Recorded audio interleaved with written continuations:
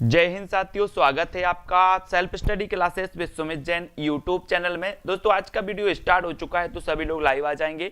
Video को like करना है और शेयर करना है। रोज अपनी 9 बजे क्लास होती है दोस्तों। अगर आप टीजीटी एग्जाम की तैयारी कर रहे हैं, पीजीटी एग्जाम की तैयारी कर रहे हैं या फिर नेट एग्जाम की तैयारी कर रहे हैं, तो ये वीडियो आपके लिए है दोस्तों। और साथ ही पंजाब मास्टर कार्ड और LT यूके LT ग्रेड की तैयारी के लिए बेस्ट दोस्तों हमारी सीरीज चल रही है। और यहां पर आज हम पढ़ने वाले हैं दोस्तों भक्ति काल के बारे में। तो सभी लोग तैयार हैं और कमेंट के माध्यम से बता देना कि सर हम तैयार हैं पढ़ने के लिए, आप सिर्फ पढ़ाइए और आज मैं सुनूंगा। ठीक है, तो चलिए स्टार्ट करेंगे। सभी लोग जो भी साथी ज्वाइन मेंबर बनना चाहते हैं चैनल के, वो ज्वाइन मेंबर बन करके दोस्तों रेगुलर अध्ययन कर सकते हैं। ठीक है, तो आप ज्वाइन मेंबर जरूर बने। और आज का अपना पहला प्रश्न है, कल हमने यहां तक पढ़ लिया था रोमा जी कि कौन अष्टचाप का कवि नहीं, अष्टचाप के कवि आपको पता है। अष्टचाप के वीडियो जिन जिन ने नहीं देखा है वो अष्टचाप का वीडियो एक बार जरूर देखें। यूट्यूब पर सर्च कर लेना अष्टचाप सेल्फ स्टडी क्लासेस, तो अष्टचाप का वीडियो आपको मिल जाएगा। और अष्टचाप का कवि कौन नहीं माना जाता, तो यहां पर आपका बिल्कुल सही आंसर हो जाएगा। सभी लोगों ने बताया है कि वो बताया है क्या, कुंभन दास तो अष्टचाप के हैं, परमानंद दास भी हैं और छीत स्वामी भी है। ठीक है, तो कौन नहीं है, स्वामी हरिदास नहीं है। और बी नंबर आपका बिल्कुल सही हो जाएगा। ठीक है, बी नंबर जिन्होंने बताया है उनका आंसर विजय लक्ष्मी जी, वो सही हो जाएगा। पूनम जी, ठीक है, बी नंबर सही है। स्वामी हरिदास अष्टछाप कवि नहीं है, इन्हीं के नाम से हरिदासी संप्रदाय का नामकरण हुआ। सखी भाव प्रधान संप्रदाय होने के कारण इस संप्रदाय को सखी संप्रदाय कहा जाता है। यह भी आपको याद रख लेना। हरिदासी संप्रदाय को और अन्य किस नाम से जाना जाता है, ये क्वेश्चन आपसे हमेशा पूछा जाता है, तो वो जाना जाता है सखी संप्रदाय के नाम से। ठीक है, प्रभुदयाल मीतल के अनुसार इनका समय 16वीं 17वीं सदी है। स्वामी हरिदास संगीत कला के मर्मज्ञ थे, किंतु ये एकमात्र भगवान को रिझाने के लिए गाते थे और अखबारी दरबार के लिए विख्यात गायक तानसेन इन्हीं के शिष्य थे। किसके, स्वामी हरिदास के। जो तानसेन थे वो स्वामी हरिदास के शिष्य थे। ये तानसेन अकबर के 9 रत्नों में से एक थे, आपको पता है दोस्तों। और तानसेन का मकबरा ग्वालियर में बना हुआ है और ग्वालियर को तानसेन नगरी के नाम से जाना जाता है। यह भी आपको याद रख लेना है। ठीक है, रस सिद्ध भक्त कवि हरिदास जी ने ध्रुपद शैली में श्रृंगार भक्ति के गेय पदों की रचना की और इनमें 108 पद केलीमाल के नाम से हैं। ठीक है, तो इतनी चीजें आपको याद रख लेना है कि जो हरिदास संप्रदाय है, हरिदासी संप्रदाय है, ठीक है, वो जो संप्रदाय है दोस्तों वो भी आपको सखी संप्रदाय पढ़ना है। ठीक है, अब आपको बताना है हरिदास संप्रदाय को अन्य किस नाम से भी पुकारा जाता है, अन्य किस नाम से भी पुकारा जाता है, तो जल्दी से आपको बताना है। उत्तर क्या हो जाएगा, उत्तर आपको बताना है हरिदास संप्रदाय को अन्य किस नाम से जाना जाता है। हिंदी जीवन जी बहुत बढ़िया ट्रिक बता रहे हैं कि कुंभसा परम कृपालु गोविंद छा चतुर नहीं, है ना। तो ट्रिक अपने अपने से सभी लोग भी बना सकते हैं, जैसे आपको याद होता है, याद जरूर करना है। हरिदास संप्रदाय को अन्य किस नाम से पुकारा जाता है, तो आपका यहां पर फिर राइट आंसर होगा, बोले सखी संप्रदाय के नाम से पुकारा जाता है। सखी संप्रदाय, सी नंबर आपका बिल्कुल सही होगा। फिर अगला क्वेश्चन पूछा जाता है दोस्तों 51, जुगलमान चरित्र के लेखक कौन है। जुगलमान चरित्र के लेखक बताना है। और आपको पता है सब लोग बोलते हैं, बोले सर संसार में विख्यात जुगल जोड़ी एक ही है, संसार में विख्यात जुगल जोड़ी एक ही है। और वो जुगल जोड़ी कौन सी थी, कृष्ण और बलदाऊ की, है ना। तो ये जुगलमान चरित्र रचना किसकी होगी, जल्दी से बताओ, चतुर्भुज दास की होगी या कृष्णदास की होगी। 2 विकल्प हैं आपके सामने, 4 विकल्प हैं, लेकिन आपको बताना है। बोले सर संसार में एक ही जुगल जोड़ी थी और वो जुगल जोड़ी कौन सी थी, कृष्ण और बलदाऊ की। तो यहां पर आया जुगल, और जुगलमान चरित्र की रचनाकार कौन हो जाएंगे, तब आपका उत्तर होगा कृष्णदास, यानी बी नंबर आपका बिल्कुल सही हो जाएगा। ठीक है, बी जिन्होंने बताया उनका आंसर कृष्णदास बिल्कुल सही हो जाएगा, आप कभी भूलना नहीं। सूरदास और नंददास के पश्चात कृष्णदास अष्टछाप कवियों में तीसरे स्थान पर आते हैं। वल्लभाचार्य ने इन्हें पुष्टि मार्ग में दीक्षित किया। इनके द्वारा रचित 3 रचनाएं हैं, भ्रमर गीत, प्रेम तत्व और जुगलमान चरित्र। ठीक है, जुगलमान चरित्र में राधा कृष्ण के प्रेम का श्रृंगारिकता के कारण यह अधिक प्रसिद्ध भी हुआ है, इनका वर्णन किया है। भ्रमर गीत प्रसंग का मूल स्रोत क्या है दोस्तों, 52 का आंसर बताना है। 52 का आंसर आपको चयन करना है। उत्तर आपका क्या हो जाएगा, तो 52 श्रीमद् भागवत का पंचम स्कंद, श्रीमद् भागवत का दसम स्कंद, श्रीमद् भागवत का तृतीय स्कंद या श्रीमद् भागवत का नवम स्कंद। भ्रमर गीत प्रसंग का मूल स्रोत क्या है? भ्रमर गीत प्रसंग का मूल स्रोत क्या माना जाता है, ये बताना है। 52 का थोड़ा सा अलग प्रश्न है प्रमोद शर्मा जी, थोड़ा सा कठिन प्रश्न है, लेकिन आपने पढ़ा है ना, पढ़ा है तो श्रीमद् भागवत का दसम स्कंद क्या है? भ्रमर गीत, है ना, भ्रमर गीत ये दसम स्कंद में है, ठीक है। तो यानी बी नंबर आपका बिल्कुल सही होगा। भ्रमर गीत प्रसंग का मूल स्रोत माना जाता है श्रीमद् भागवत का दसम स्कंद, और बी नंबर बिल्कुल सही है, ठीक है। बी नंबर जिन्होंने बताया प्रियंका जी, उनका आंसर बिल्कुल सही हो जाएगा। और बढ़ेंगे अगले एक क्वेश्चन सीरीज जो अपनी चल रही है घटना चक्र की, है ना, ये घटना चक्र को अपन पूरा पढ़ेंगे, और जो भी साथी ये बुक लेना चाहता है घटना चक्र की, वो बुक लेकर की भी अध्ययन कर सकता है, ठीक है। भ्रमर गीत प्रसंग सूरसागर का एक भाग है, जिसका मूल स्रोत श्रीमद् भागवत के दसम स्कंद का 46 व 47वां अध्याय है, ठीक है। सूरदास का जन्म 1478 ईस्वी तथा मृत्यु 1583 ईस्वी में हुई थी, ये याद रख लेना। इनका जन्म कब हुआ था?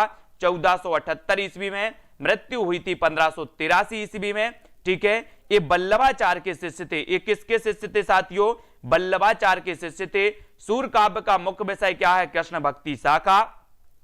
सूर के भाव चित्रण में वात्सल्य को श्रेष्ठ माना गया, और रामचंद्र शुक्ल ने कहा था कि सूरदास वात्सल्य का कोना कोना झांकाए, सूरदास वात्सल्य का कोना कोना झांके आए, है ना। ये भी याद रख लेना। सूर की भक्ति पद्धति पुष्टि मार्गीय भक्ति है। कैसी है?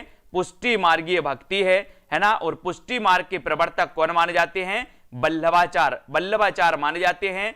और जिन्होंने शुद्धाद्वैत का प्रवर्तन किया था, शुद्धाद्वैत का प्रवर्तन भी किया था बल्लभाचार्य ने। इनके गुरु का नाम था विष्णु स्वामी। बल्लभाचार्य के गुरु का नाम विष्णु स्वामी, सूरदास जी के गुरु का नाम बल्लभाचार्य, ठीक है। भागवत में गोपियां उद्धव से मिलने पर कृष्ण की स्वार्थ मैत्री पर थोड़ा आक्षेप करती हैं, और शीघ्र ही भ्रमर का प्रवेश हो जाता है ना। इस प्रकार से भ्रमर गीत में कुशल प्रश्न के पश्चात निर्गुण सगुण पर विवाद प्रारंभ हो जाता है और 22 छंद तक चलता है। तो भ्रमर गीत और भ्रमर गीत ये आपको समझना है, ठीक है। अब आपको बताना है 53 का आंसर। 53 का आंसर चयन करना है। खेट कोतुकम किसकी रचना है? प्रश्न क्रमांक 53, जल्दी बताओ, खेट कोतुकम किसकी रचना है? 53 का आंसर बताना है। खेट से बनेगा दोस्तों खेत से बनेगा खेत। हाँ, बहुत बढ़िया। पुष्टि मार्ग का कवि जा रहा है, ये पंक्ति विठल नाथ ने कही थी, है ना, ये बिल्कुल सही है। और यहां पर बताना है खेट कोतिकम, यहां पर हमें याद कैसे करना है? बोले सर खेट यहां पर दिया है, और खेट से आपको आ गया होगा याद खेत। खेत से क्या याद आ गया आपको? खेत। और जब खेत में फसल बोई जाती है दोस्तों, और जब ओले गिरते हैं या बरसात होती है, तो किसान क्या कहता है? किसान कहता है कि हे भगवान रहम करो मेरे खेत पर, रहम करो मेरे खेत पर। काय पर? खेत पर। तो खेत से बनेगा खेट, है ना। और कोतिकम तो क्या करो? रहम करो। रहम करो तो ये रहीम दास की रचना हो जाएगी खेट कोतुकम, और ए नंबर आपका बिल्कुल सही हो जाएगा, ठीक है। ये आपको ज्योतिष ग्रंथ है, बहुत बढ़िया, है ना। खेट कोतिकम याद रख लेना है, ये रहीम दास की है। काय पर रहम करो? खेत पर रहम करो, खेत पर, ठीक है। ये भी याद रखना। इनकी अन्य जो कृतियां हैं वो भी देख लो, है ना। एक दोहावली तुलसीदास जी की भी है, रहीम दास की भी मानी जाती है। इनके दोहे आते, रहीम के दोहे, है ना। रहीम सत्सई, बरबे नायिका भेद है, नगर शोभा, मदनाष्टक है इनकी, रास पंचाध्याय रहीम की भी है, और नंददास जी की भी है रास पंचाध्याय, ठीक है। इसी रास पंचाध्याय के लिए नंददास जी को क्या कहा था? रामचंद्र शुक्ल ने जड़िया कवि कहा था इसी रास पंचाध्याय रचना के लिए, है ना। और ये रास पंचाध्याय रहीम की भी है और नंददास जी की भी है, ठीक है। और श्रृंगार सोरठ भी इन्हीं की है, किसकी? रहीम दास की। और खेट कोतिकम तो आपको पता चल गया, याद हो जाएगा, है ना। बरबे नायिका भेद की रचनाकार कौन है? बोले सर बरबे नायिका भेद, ये बरबे नायिका भेद किसकी है? रहीम की है। और बरबे रामायण तुलसीदास की है, बरबे रामायण तुलसीदास की है, और बरबे नायिका भेद ये रहीम दास की है, ठीक है। ये याद रखेंगे, बरबे रामायण तुलसीदास और बरबे नायिका भेद रहीम दास, ये दोनों रचनाएं, कंफ्यूज नहीं होना। रहीम कृत मदनाष्टक की भाषा क्या है? 55। ये मदनाष्टक रहीम की कृति मानी जाती है दोस्तों। और भी कवि हैं, मदनाष्टक किसी और कवि ने भी लिखी है एक रचना मदनाष्टक, वो भी मैं आपको बताऊंगा कि रहीमकृत जो मदनाष्टक की भाषा है वो कौन सी है, मदनाष्टक, है ना। कभी कभी हम बोलते ना कि वो तो मद में खड़ा है, वो तो मद में खड़ा है, तो मदनाष्टक की भाषा खड़ी बोली होगी कि अवधि होगी, जल्दी से बताओ। आप लोग बोलते ना कि वो तो मद में खड़ा है, तो मदनाष्टक की जो भाषा होगी वो कौन सी होगी। अधिकांश लोगों ने बताया सी, लेकिन उत्तर इसका क्या है दोस्तों, इसका उत्तर बिल्कुल सही है ना। कौन सी है,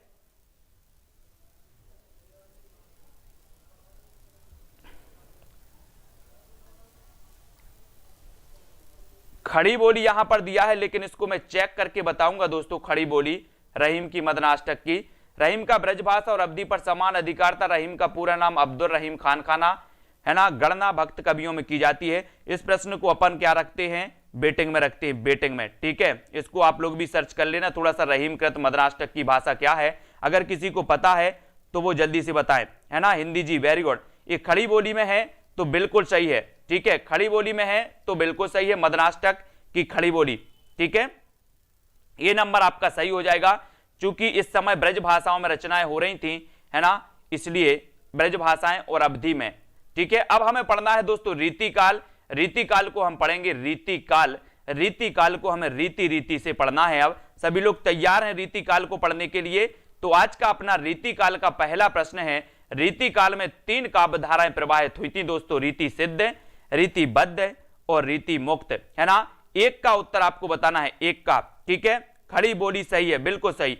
तो मदनाष्टक याद रख लेना, मयंक जी, हिंदी जीवन, खड़ी बोली मदनाष्टक सही है ना। ये मदनाष्टक की खड़ी बोली सही कर लेना सभी लोग। निम्नलिखित विकल्पों में से रीतिकालीन कवि कौन से हैं? रीतिकालीन कवि बताना है। अब रीतिकाल के कवि भी पूछे जाते हैं, है ना। रीतिकाल में 3 काव्यधाराएं प्रवाहित हुई और 3 काव्यधाराओं के कवियों को भी हमें याद करना है। रीतिबद्ध कवि कौन कौन से थे, रीति सिद्ध कौन कौन से थे, है ना, और रीति मुक्त कौन कौन से थे, इनको अलग अलग करना है। फिलहाल यहां रीतिकालीन कवि पूछा गया है, तो बोले सर नंददास, सूरदास, परमानंदास ये तो कृष्ण काव्यधारा से संबंधित थे, लेकिन बिहारी, मतीराम, घनानंद और भूषण ये किस काव्यधारा से संबंधित थे? रीति काव्यधारा से संबंधित थे, यानी बी नंबर यहां पर आपका बिल्कुल सही है, ठीक है। बी नंबर आपका सही हो जाएगा। ये क्वेश्चन पूछा भी गया है केबीएस एग्जाम में। बिहारी, मतीराम, घनानंद, भूषण, रसनिधि, बोधा, आलम, ठाकुर इत्यादि रीतिकालीन कवि माने जाते हैं, ठीक है, ये याद रखेंगे। फिर कवियों का जन्म काल के अनुसार क्रम निर्धारण बताना है। जन्म काल के अनुसार क्रम निर्धारण पीजीटी 2004 में क्वेश्चन पूछा गया था, तो ये बिल्कुल भी मत समझना कि क्रम निर्धारण मात्र नेट में पूछा जाता है, पीजीटी एग्जाम में भी पूछा जाता है। तो आपको जन्म क्रम के अनुसार भी पढ़ना है, बहुत सारी चीजें, रचनाओं को क्रम के अनुसार भी पढ़ना है ना। पंक्तियों को भी आपको पढ़ना है, पंक्तियां भी आपसे पूछी जाएंगी। तो यहां पर आपको बताना है यश रत्ती जी कि निम्नांकित कवियों का जन्म काल के अनुसार क्रम निर्धारण क्या होगा। प्रश्न क्रमांक 2, है ना। बिहारी जी 1595, मतीराम 1617, घनानंद 1689, भूषण 1615। Very good. हिंदी जीवन जी, इन्होंने बताया है कि सबसे पहले कौन सा आता है। यहां पर फिलहाल कौन दिया है? बिहारी तो दिया नहीं, रहीम, घनानंद, रसलीन और ठाकुर। ये देखो यहां पर इनके देखो कौन कौन से आ रहे हैं। यहां पर अपन ने देखा कि रहम का पूरा नाम क्या था? अब्दुल रहीम खान खाना। क्या नाम था इनका पूरा? अब्दुल रहीम खान खाना।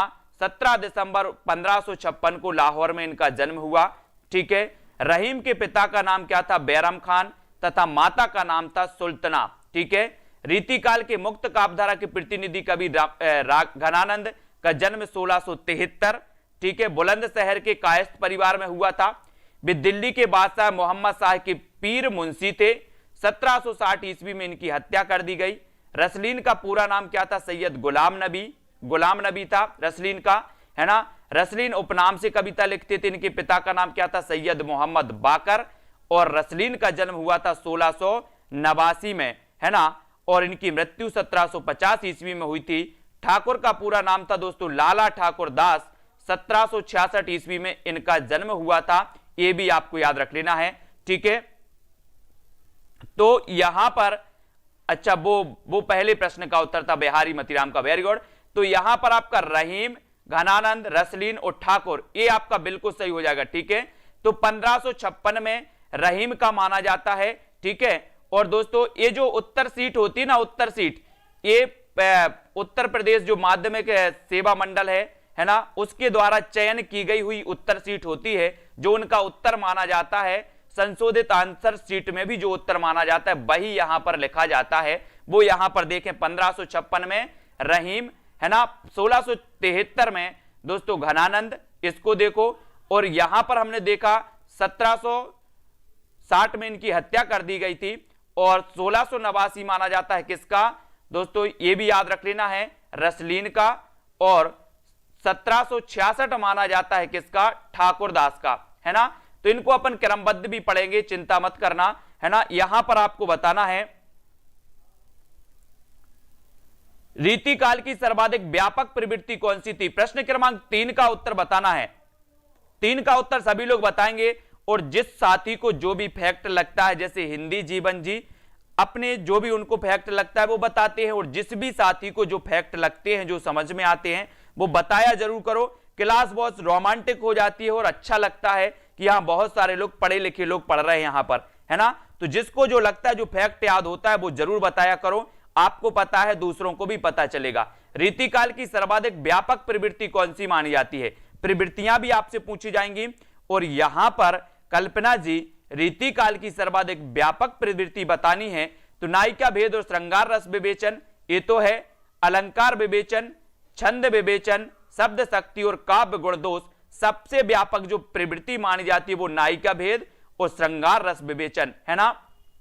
तो ये नंबर आपका बिल्कुल सही हो जाएगा रीतिकाल के संबंध में। ये नंबर राइट आंसर आपका बिल्कुल सही है, जो आपने बताया। रीतिकाल में रस विवेचन के संदर्भ में नायक नायिका भेद का विवेचन मतीराम, तोष, रसलीन, प्रवृत्ति इत्यादि अनेक कवियों ने किया। इस काल की सर्वाधिक व्यापक प्रवृत्ति थी नायिका भेद और श्रृंगार रस विवेचन। इस सर्वाधिक व्यापक प्रवृत्ति यानी कि विशेषता मानी जाती है। बिल्कुल सही है, ए नंबर आपका बिल्कुल सही है। ठीक है, अब यहां पर आते हैं दोस्तों, अगले प्रश्न की ओर बढ़ जाते हैं।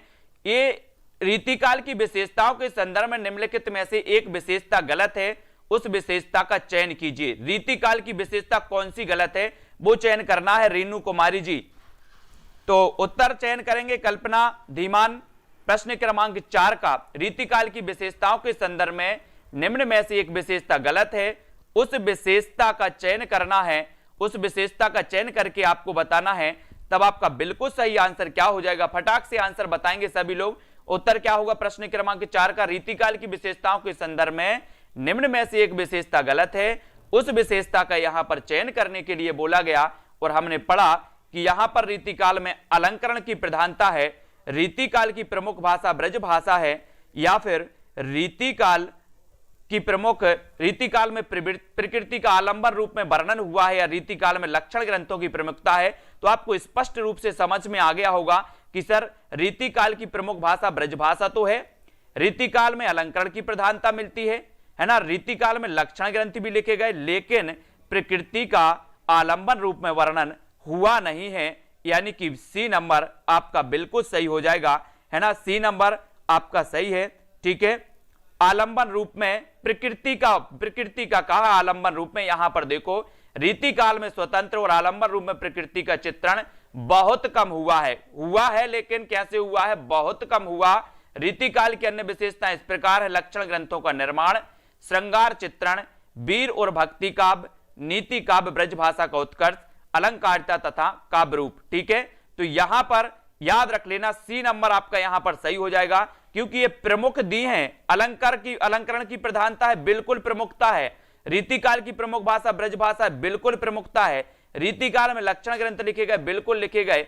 आलंबन रूप में वर्णन हुआ है, लेकिन ये प्रमुखता से नहीं हुआ है। कैसा हुआ है, कम हुआ है। इसलिए विशेषता का चयन करना था गलत, यानी कि सी नंबर यहां पर बिल्कुल सही हो जाएगा। फिर रीतिकाल कवियों की काव्य भाषा क्या थी, 5 का उत्तर आपको बताना। रीतिकाल कवियों की काव्य भाषा क्या थी, अवधी, ब्रज भाषा, खड़ी बोली या बुंदेली, है ना। एक प्रश्न आता है कि ब्रज भाषा सबसे ज्यादा किस रूप में जानी जाती है, तो आपको पता होगा कि ब्रज भाषा सबसे ज्यादा जो जानी जाती है वो काव्य भाषा के रूप में जानी जाती है। क्वेश्चन पूछा जाता है ना। और रीतिकालीन कवियों की जो काव्य भाषा थी दोस्तों, वो हमने अभी तो पढ़ा है ऊपर विशेषता, क्या पढ़ा है दोस्तों, ब्रज भाषा थी। ब्रज यानी कि सी नंबर आपका बिल्कुल सही होगा। रीतिकालीन कवियों की काव्य भाषा के रूप में ब्रज भाषा के विकास में घनानंद, बिहारी, मतिराम, पद्माकर, देव, भिखारी दास का नाम क्या है, उल्लेखनीय है। भिखारी दास ने तो यह मिथ तोड़ा कि ब्रज भाषा में रचना के लिए ब्रज में रहना अनिवार्य है।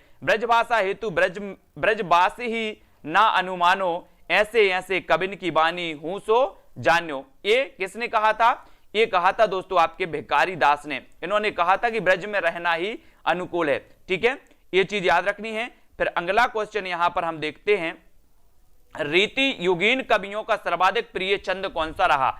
रीति युग या रीति काल के जो सर्वाधिक प्रिय छंद है वो कौन सा है। आपको पता है दोस्तों कि आदिकाल, भक्ति काल और रीति काल। आदिकाल सबसे ज्यादा विवादित रहा, ठीक है, भक्ति काल विवादित नहीं रहा।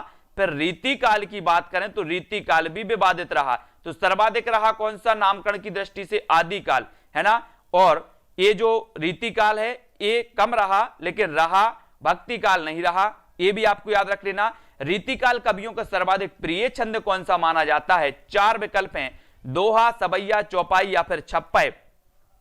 और छप्पय में आपका 6 का आंसर हो जाएगा ए, सवैया, है ना। रीतिकालीन कवियों का सर्वाधिक प्रिय छंद कौन सा माना जाएगा, तो वो माना जाएगा सवैया। कौन सा माना जाता है, सवैया माना जाता है ना। सब भैया, रीति काल में सब भैया, इस प्रकार से सब भैया हैं रीति काल में। रीतिकालीन या रीति युगीन कवियों में परंपरागत छंदों का प्रयोग बहुलता से किया है, जिनमें कवित्व, सवैया, दोहा इत्यादि था। किंतु सर्वाधिक रूप से इस युग में कवियों का सर्वाधिक प्रिय छंद जो रहा वो रहा सवैया।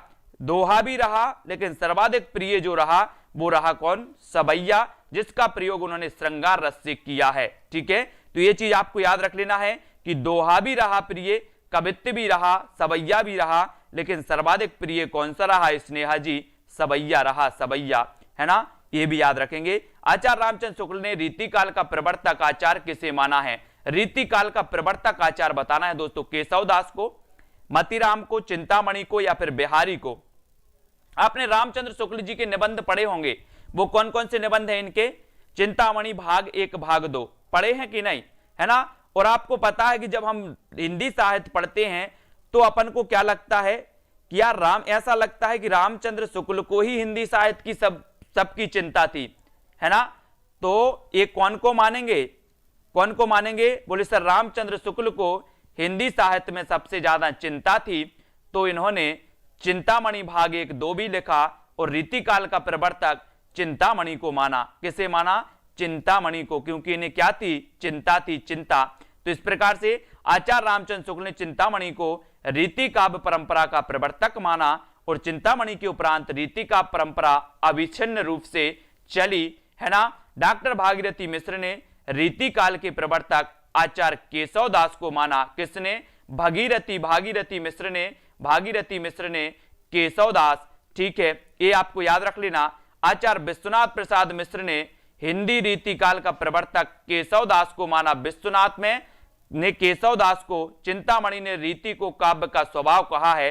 अब कैसे याद रखोगे, बोले सर राम को चिंता थी तो चिंतामणि को मान लिया। ठीक है, अब ये जो भागीरथी है ना, भागीरथी और अलकनंदा इन 2 नदियां मिलकर के आगे गंगा का निर्माण करते हैं।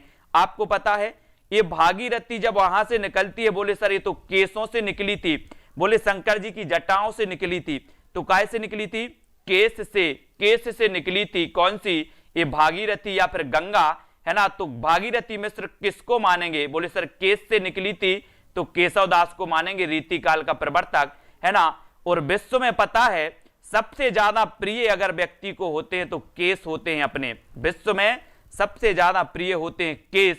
तेल डाल के कंघी करते हैं केसों की, बोले मेरे केस बहुत अच्छे हैं, तो विश्व में केस सबसे प्रिय होते हैं। तो विश्वनाथ प्रसाद भी किसे मानेंगे, केशव दास को। और रामचंद्र शुक्ल को क्या थी, चिंता थी, तो चिंतामणि को इन्होंने माना था। देव ने रीति को काव्य का द्वार कहा, ये भी याद रखेंगे। ठीक है, ऐसे ऐसे थोड़ा थोड़ा सा याद भी करते जाएंगे। हाँ, श्याम सुंदर दास और नगेंद्र ने भी केशव दास को माना है, बिल्कुल सही है। अब आपको बताना है कि हिंदी रीति ग्रंथों की परंपरा चिंतामणि त्रिपाठी से चली, अतः रीति काल का आरंभ उन्हीं से मानना चाहिए। ये कथन किसका है? ये कथन किसका है दोस्तों? अब हमने सबसे पहले पढ़ लिया कि रामचंद्र शुक्ल ने तो चिंतामणि को माना, रामचंद्र शुक्ल ने चिंतामणि को माना, ठीक है। तो ये कथन भी कौन बोलेगा? ये कथन भी कौन बोलेगा? थोड़ा सा अपन को जब नॉलेज होता ना, फर्स्ट नॉलेज दूसरे नॉलेज में क्या करता? सहायक होता है ना। तो यहां पर हमने देखा कि हिंदी रीति ग्रंथों की परंपरा चिंतामणि त्रिपाठी से चली, अतः रीति काल का आरंभ उन्हीं से मानना चाहिए। तो ये कथन आप आराम से बता दोगे। बोले सर चिंतामणि की बात कर रहे हो तो रामचंद्र शुक्ल का ये कथन हो सकता है, हो नहीं सकता, है ही, और बी नंबर आपका बिल्कुल सही हो जाता है, ठीक है।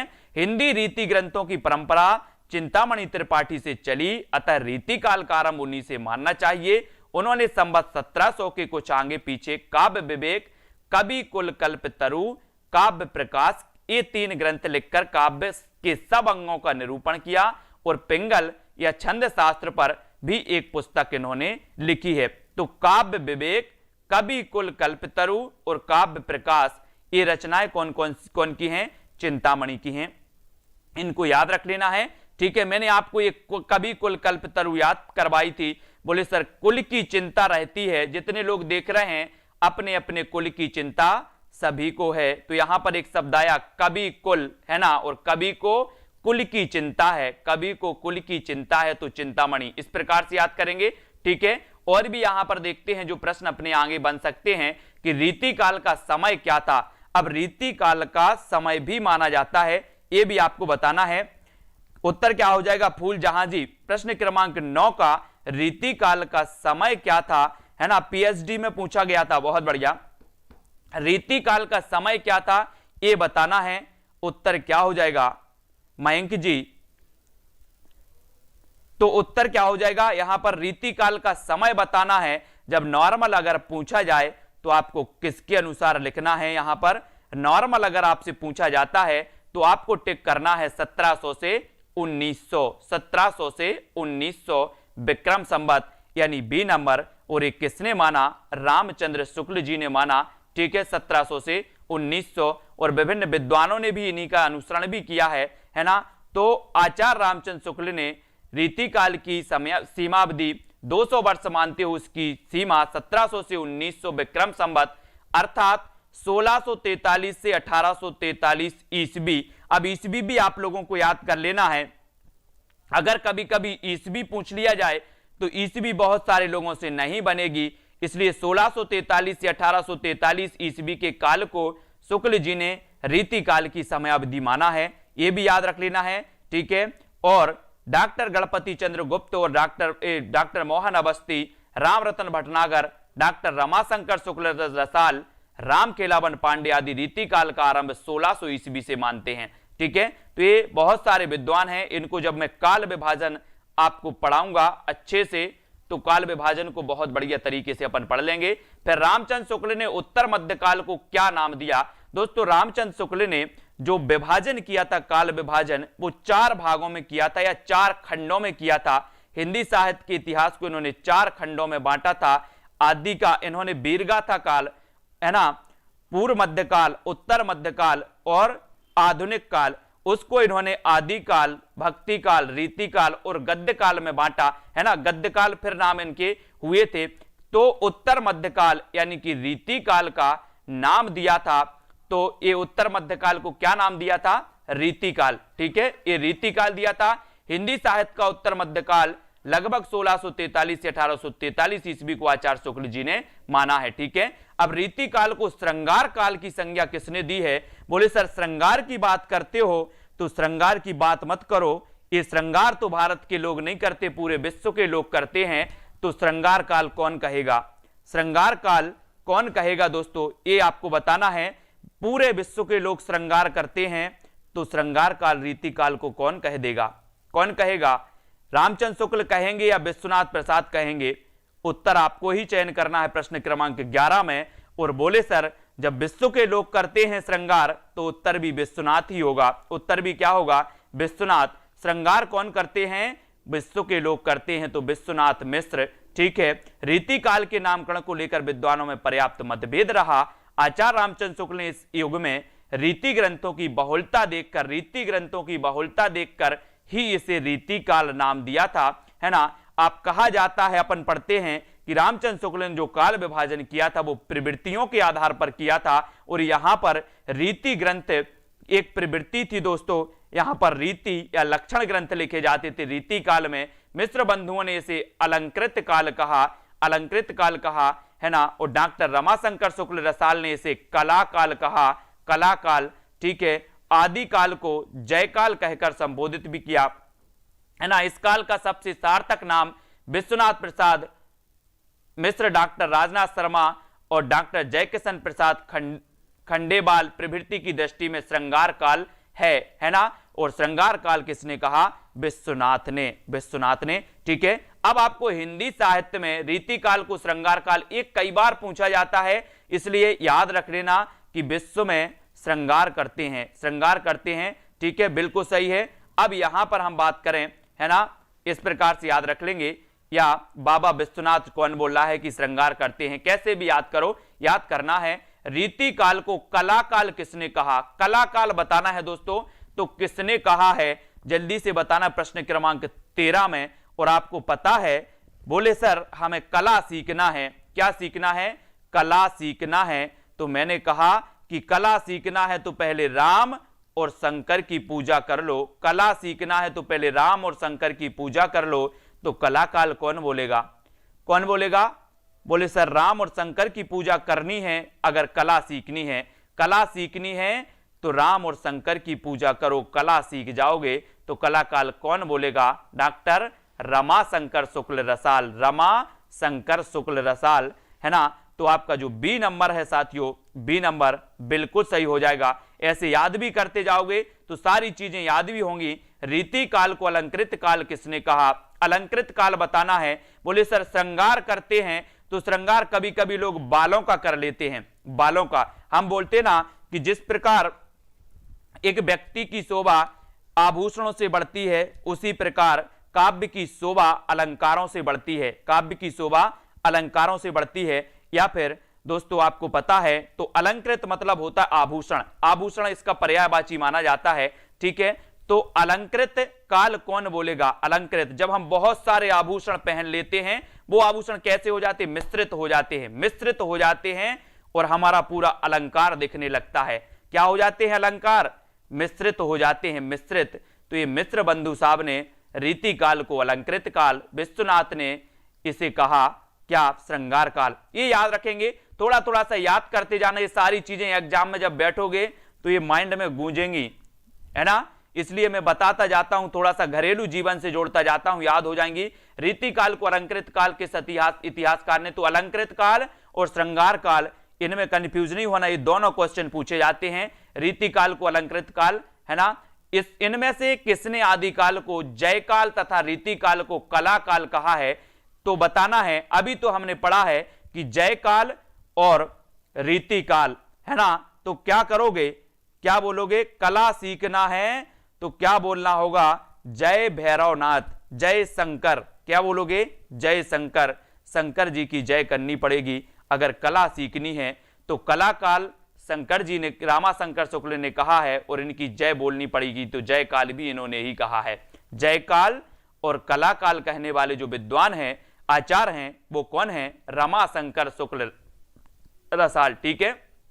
बी नंबर यहां पर आपका बिल्कुल सही चयन हो जाएगा। दोस्तों अगर 10% भी आपको याद हो रहा है तो कल्याण हो जाएगा, है ना। ये बताना किस रचना को छंदों का अजायब घर कहा जाता है, किस रचना को छंदों का अजायब घर कहा जाता है। प्रश्न क्रमांक 1 का उत्तर, यहां पर थोड़ी सी गाड़ी फंस जाएगी, 4 विकल्प हैं, जल्दी से बताना है। रामचरितमानस को, चंद छंद वर्णन की महिमा को, रामचंद्रिका, या फिर पृथ्वीराज रासों को। सभी लोग लाइक जरूर कर देना, इतने सारे लोग देख रहे हैं दोस्तों। अगर आपको लग रहा है कि सर मैंने एक क्वेश्चन आपकी वीडियो से याद कर लिया था, तो एक लाइक ठोक के जाना, है ना। और किस रचना को छंदों का अजायब घर कहा जाता है, तो यहां पर आपका बिल्कुल सही आंसर होगा रामचंद्रिका। इस प्रकार से अगर क्वेश्चन पूछा जाता है कि किस रचना को छंदों का अजायब घर कहा जाता है, तो रामचंद्रिका लगा लेना, भले ही पृथ्वीराज रासो विकल्प में हो, क्योंकि आदि काल में छंदों का अजायब घर कहा जाता है पृथ्वीराज रासो को, जिसमें दोस्तों कितने प्रकार के छंद मिलते हैं, 72 प्रकार के छंद मिलते हैं। किसी बुक में 68 प्रकार के छंद भी इसमें दिया है ना। पृथ्वीराज रासो में कितने प्रकार के छंद मिलते हैं, 72, या फिर किसी बुक में 68 भी इसमें दिया है। ठीक है, तो ये छंदों का अजायब घर रामचंद्रिका को और आदि काल में छंदों का अजायब घर पृथ्वीराज रासो को माना जाता है। और बात कर लेते हैं, थोड़ा सा मैं आपको पृथ्वीराज रासो के बारे में बताता हूं दोस्तों, कि पृथ्वीराज रासो को प्रमाणिक, अर्ध प्रमाणिक और दोस्तों अप्रमाणिक मानने वाले बहुत सारे विद्वान हैं, है ना। तो इनको भी हमें याद करना है। बोले सर राम राम श्याम श्याम गौरी शंकर बोलो। एक ट्रिक याद करो, राम राम श्याम श्याम, राम राम श्याम श्याम गौरी शंकर बोलो। अपन बोलते हैं ना राम राम, जपते हो ना राम राम राम राम जपते हो, तो अब यहां पर जपना है राम राम श्याम श्याम गौरी शंकर बोलो, गौरी शंकर बोलो। तो यहां पर कैसे याद रखोगे, राम से बनेगा रामचंद्र शुक्ल ने। अप्रमाणिक वाली ट्रिक है ये, अप्रमाणिक ट्रिक है दोस्तों, कि किसको, पृथ्वीराज रासो को अप्रमाणिक मानने वाले विद्वान कौन है, एक तो रामचंद्र शुक्ल हैं, है ना, और श्यामल दास हैं, गौरी शंकर ओझा हैं, है ना, ये याद रख लेना है, और बुलर हैं, डॉक्टर बुलर। ठीक है, तो ये राम राम श्याम श्याम गौरी शंकर बोलो, ये अपनी ट्रिक है एक अप्रमाणिक वालों की। आपको और भी ट्रिक अर्ध प्रमाणिक और प्रमाणिक वालों की भी देंगे जो आपको याद हो जाएगी, है ना। बिल्कुल सही है। और इसे क्या कहा है, राम स्वरूप चतुर्वेदी ने इसे छंदों का अजायब घर कहा है, ये भी याद रख लेना। Very good. हिंदी नवजीवन रामचंद्रिका को कहा है, ठीक है, ये भी याद रख लेना। फिर यहां पर अपन जाते हैं, इसकी भाषा पिंगल मानी जाती है, पिंगल, है ना, पिंगल मानी जाती। राजस्थानी और ब्रज भाषा मिश्रित जो भाषा होती ना, वो पिंगल कहलाती, पिंगल। ठीक है, ये याद रख लेना पृथ्वीराज रासो की। अब यहां पर अगर बात करें तो अगला क्वेश्चन, यहां पर केशव रीति काव्य के प्रथम आचार्य माने जाते हैं। ठीक है, इन्हें हिंदी तथा संस्कृत का बहुत अच्छा ज्ञान था और इस संगीत, धर्मशास्त्र, ज्योतिष एवं राजनीति के भी ज्ञाता थे। इनके प्रसिद्ध ग्रंथ हैं रसिक प्रिया, रतन बाबनी, वीर सिंह देवचरित, जहांगीर जस चंद्रिका, नक्शेक, छंदमाला, है ना, कवि प्रिया, विज्ञान गीता और रामचंद्रिका। रामचंद्रिका को छंदों का अजायब घर कहा जाता है और रामस्वरूप चतुर्वेदी ने इसे कहा है। ठीक है, रसिक प्रिया, कवि प्रिया और छंदमाला रीति ग्रंथ हैं। रसिक प्रिया, कवि प्रिया, छंदमाला रीति ग्रंथ हैं। ठीक है, जिसमें क्रमशः 9 रस, अलंकारों, छंदों का निरूपण किया गया। रामचंद्रिका में राम कथा का प्रबंधात्मक वर्णन है और ये भक्ति कालीन रचना मानी जाती है। कौन सी, रामचंद्रिका। इसलिए केशवदास को भक्ति काल में भी मिश्रित किया जाता है, ऐसे भी अपन को याद रखना है। जबकि रतन बाबनी, वीर सिंह देवचरित और जहांगीर जस चंद्रिका आश्रय दाताओं की प्रशस्ति विषयक है ना। विज्ञान गीता में आध्यात्मिक विषय को प्रस्तुत किया गया है तथा नक्शेक में परंपरागत उपमानों की सहायता से राधा के विभिन्न अंगों का वर्णन है। सभी लोगों को बहुत बढ़िया पढ़ना है ना। एक बार जब ये कठिन चीज लगती है तो एक बार पढ़ना स्टार्ट तो करो, फिर आपको सरल लगने लगेगी। जब कोई भी चीज आपको कठिन लगती है तो वो आपको बिल्कुल भी याद नहीं हो रही, समझ में भी नहीं आ रही, फिर भी एक बार तो पढ़ो उसको। जब दूसरी बार पढ़ोगे तो और अच्छा लगेगा। ठीक है, बहुत बढ़िया। यहां पर केशव दास ने एक ही रात में रामचंद्रिका की रचना की थी, बहुत बढ़िया बताया है ना। एक ही रात में केशव दास ने रामचंद्रिका की रचना की थी। 29 प्रकार इसमें है, प्रकाश इसमें हिंदी जीवन जी। धन्यवाद आपको। कवि प्रिया के रचनाकार का नाम बताइए। कवि प्रिया ये बताना है। तो बोले सर हमने रसिक प्रिया पढ़ लिया, कवि प्रिया पढ़ लिया, है ना, विज्ञान गीता, वीर सिंह देवचरित, जहांगीर जस चंद्रिका, रामचंद्रिका, ये सारी रचनाएं पढ़ ली और कवि प्रिया आपसे पूछ लिया गया। तो कोई कठिन प्रश्न नहीं पूछा है। जब पढ़ने के बाद आपसे पूछा जाए तो आप बता देना कि सर इसमें केशवदास जी है। केशवदास जी, है ना। किस कवि की कृति है रामचंद्रिका, तो ये रामचंद्रिका केशवदास की है। बिल्कुल सरल आंसर है। हिंदी की रस रीति परंपरा का प्रस्थान ग्रंथ कौन सा है, बहुत ही इंपॉर्टेंट प्रश्न, अलग प्रश्न है इसमें। ठीक है, तो जितने लोग भी यहां पर देख रहे हैं दोस्तों वो लाइक जरूर ठोकते जाना। और हिंदी की रस रीति परंपरा का प्रस्थान ग्रंथ कौन सा है, रसिक प्रिया है, हित तरंगिणी है, रस पीयूष निधि है या फिर रस रत्नाकर है। तो 4 का हमें उत्तर बताना है। यश रत्ती जी, उत्तर क्या हो जाएगा, पिंकी शर्मा। प्रश्न क्रमांक 4, हिंदी की रस रीति परंपरा का प्रस्थान ग्रंथ कौन सा माना जाता है? तो रस रीति परंपरा का प्रस्थान जो ग्रंथ माना जाता है। 4 का उत्तर हमें चयन करना है और आपने बिल्कुल सही चयन किया है कि रस की बात हुई है। बोले सर रस की, तो ये रसिक प्रिया ही माना जाएगा और कब केशव दास की ये रचना है। ठीक है, तो ए नंबर आपका बिल्कुल सही हो जाएगा। ए नंबर, वेरी गुड आंसर, ए नंबर आपका बिल्कुल सही है। ठीक है, अगला क्वेश्चन यहां पर हम देखते हैं। अगला जो अपना क्वेश्चन है वो देख लेते हैं। यहां पर और भी पढ़ना है, बहुत सारी चीजें हैं जिनको अपन पढ़ते जाएं। विज्ञान गीता के लेखक कौन है? 5 का उत्तर बताना है। विज्ञान गीता के रचनाकार बताना है कुरैशी जी। विज्ञान गीता के लेखक कौन है? सेनापति, चिंतामणि, केशवदास या फिर भिखारी दास? तो ये विज्ञान गीता है, विज्ञान गीता है ना। विज्ञान गीता ये भी किसकी है? केशवदास की, ये भी केशवदास की है। ठीक है, अब यहां पर विज्ञान गीता की रचनाकार, विज्ञान गीता कई बार पूछा गया है, इसलिए विज्ञान गीता केशवदास, विज्ञान गीता केशवदास। बोले सर अगर आपके बार खिर जाएं, बार ना बचे, सिर में बाल ना बचे, तो अब विज्ञान ने चमत्कार कर दिया। विज्ञान ने चमत्कार कर दिया कि अगर आपके केस नहीं है तो विज्ञान अब केस भी लगा देगी। क्या नहीं है? विज्ञान, विज्ञान लगा देगी केस। कौन लगाएगा केस? विज्ञान। विज्ञान के चमत्कार, अपन निबंध पढ़ते थे ना, विज्ञान के चमत्कार। जहांगीर जस चंद्रिका, ये रचनाएं हमेशा पूछी जाती हैं दोस्तों आचार्य केशवदास की, है ना। और कौन सा ग्रंथ केशव का नहीं है? 9 का उत्तर आपको बताना है, कौन सा ग्रंथ केशवदास का नहीं है? रामचंद्रिका, कवि प्रिया, विज्ञान गीता या फिर भाषा भूषण? भाषा भूषण, ये 4 में से हमें चयन करना है, कौन सा ग्रंथ नहीं है। और मैं आपको एक बता रहा हूं दोस्तों कि एक हमारे मित्र थे जसवंत सिंह।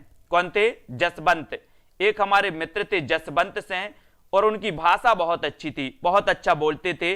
तो हमने इसको याद कैसे किया था कि भाषा भूषण है जसवंत सिंह, भाषा भूषण है जसवंत सिंह, हमारे मित्र थे जसवंत सिंह। अब आप लोग भी मान लो कि हमारे भी मित्र थे जसवंत सिंह, है ना।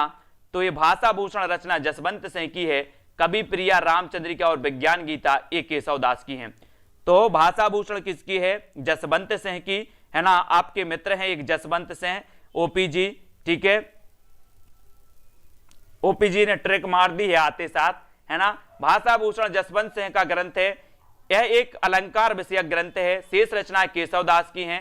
भाषा भूषण चंद्रालोक शैली में लिखा हुआ 212 दोहों का ग्रंथ है, जिसे 5 प्रकाशों में विभक्त कर प्रस्तुत किया गया है। 10 का उत्तर हमें बताना है। उत्तर क्या हो जाएगा? भाषा बोल न जानई जिनके कुल के दास, यह कथन किसका है? 10 का सभी लोग बताएंगे, मंजूबाला, मिनी पांडे और पुष्पलता जी। उत्तर आपका राइट क्या हो जाएगा? बहुत सारे अपने ऐसे साथी भी जुड़े हैं अपनी क्लास में कि जिनका नॉलेज बहुत अच्छा है। यश रत्ती साहब हैं, है ना, ओपी जी हैं, हिंदी जीवन है, बहुत सारे ऐसे साथी हैं जिनका आपको नॉलेज मिलता रहता और भी, है ना। तो अपन सभी को जो है फायदा मिलता है और जो भी नॉलेज रखता है वो जरूर बताएं, है ना। जरूरी नहीं कि मुझे ही सब कुछ पता हो, आपको भी बहुत सारी चीजें पता हैं जो मुझे भी पता नहीं होंगी। तो आप लोग भी अपने उद्गार व्यक्त करते रहें कमेंट के माध्यम से, अच्छा लगता है और अच्छी पढ़ाई भी होती है सबकी।